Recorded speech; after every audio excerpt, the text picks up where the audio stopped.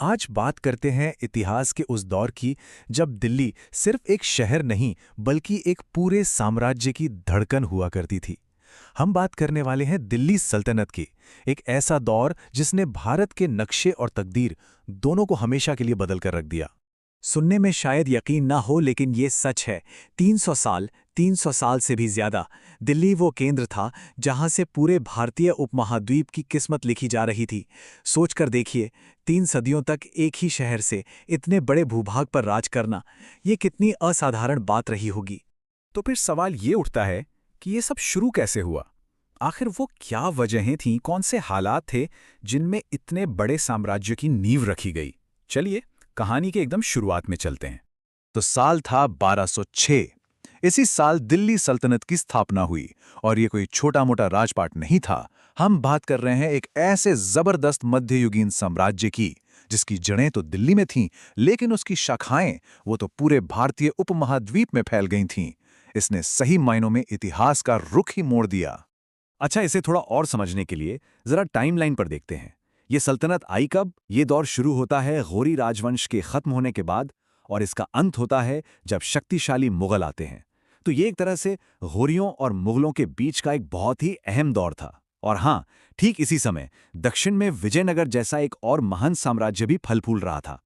अब जब हम 300 साल की बात करते हैं तो दिमाग में आता है कि ये पूरा वक्त कैसा रहा होगा। और यहाँ एक बहुत ही दिलचस्प बात सामने आती है। इन 300 सालों में दिल्ली पर किसी एक खानदान का राज नहीं था। नहीं, बल्कि एक के बाद एक 5 अलग-अलग राजवंशों ने यहाँ हुकूमत की। ये देखिए, पूरी कहानी यहीं पर है।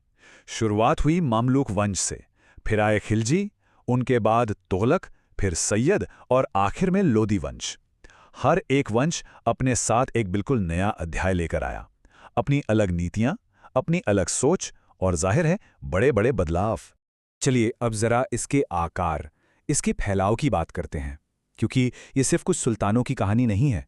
ये कहानी है एक ऐसे साम्राज्य की जिसकी सरहदें कभी एक जैसी नहीं रही, लगातार बदलती रहीं, और जिसने एक बहुत बहुत बड़े इलाके को अपने अंदर समेट लिया था।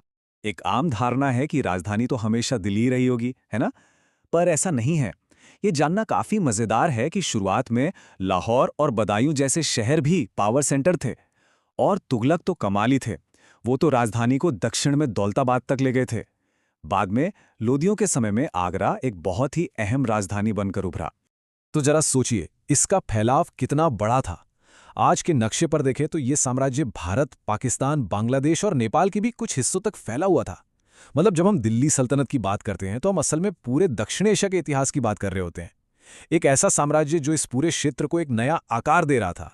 ठीक है, तो हमने सरहदों और राजवंशों की बात तो कर ली, लेकिन किसी भी साम्राज्य की असली कहानी तो उसके लोगों, उसके समाज और उसके शासन करने के तरीके में छिपी होती है ना। तो चलिए अब थोड़ा अंदर झांकते हैं और देखते हैं कि सल्तनत के दौर में प्रशासन कैसा था और आम जिंदगी कैसी थी। कुछ दिलचस्प बातें देखते हैं। देखिए, सरकारी कामकाज तो फारसी में होता था, पर आम बोलचाल की भाषा थी अपनी पुरानी हिंदी। राजकीय धर्म भले ही सुन्नी इस्लाम था, पर यह जानना जरूरी है कि उस समय की ज्यादातर आबादी हिंदू थी और साथ ही जैन और बौद्ध धर्म को मानने वाले लोग भी थे। ये उस दौर की सांस्कृतिक विविधता को दिखाता है। और हाँ, उनकी अपनी करेंसी भी थी, टका। अब ये जो कोटेशन है ये बहुत अहम है। इतिहासकार के.एस. लाल कहते हैं कि जो खिलजी क्रांति हुई वो सिर्फ तख्ता पलट नहीं था। ये सिर्फ एक राजा की जगह दूसरे राजा का आना नहीं था। नहीं, ये उससे कहीं बढ़कर था। ये एक तरह का सामाजिक विद्रोह था जहां भारतीय मुसलमानों ने तुर्की एलीट के दबदबे को चुनौती दी, और इस एक घटना ने सत्ता का पूरा खेल ही हमेशा के लिए बदल दिया। तो हर शुरुआत का एक अंत भी होता है। अब हम कहानी के आखिरी पड़ाव पर आ गए हैं। देखते हैं कि इस विशाल सल्तनत का अंत कैसे हुआ और इसने अपने पीछे क्या विरासत छोड़ी। एक ऐसी विरासत जो आज भी हमारे आसपास मौजूद है।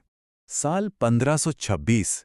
इतिहास में ये तारीख हमेशा के लिए दर्ज हो गई। पानीपत की पहली लड़ाई। एक तरफ दिल्ली सल्तनत की सेना और दूसरी तरफ बाबर की अगुवाई में मुगल अपनी तोपों के साथ। नतीजा, दिल्ली के आखिरी सुल्तान की हार हुई और इसी के साथ 320 साल पुरानी सल्तनत का सूरज डूब गया और भारत में एक नए मुगल युग का आगाज हुआ। और यहीं पर हम एक बड़े सवाल के साथ रुकते हैं।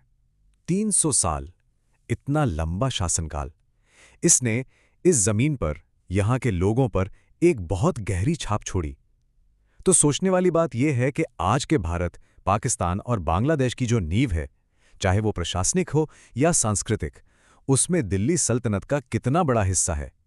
ये एक ऐसा सवाल है जिसका जवाब हमें आज भी अपनी वास्तुकला में, अपनी जबान में और हमारे समाज की बनावट में मिलता है।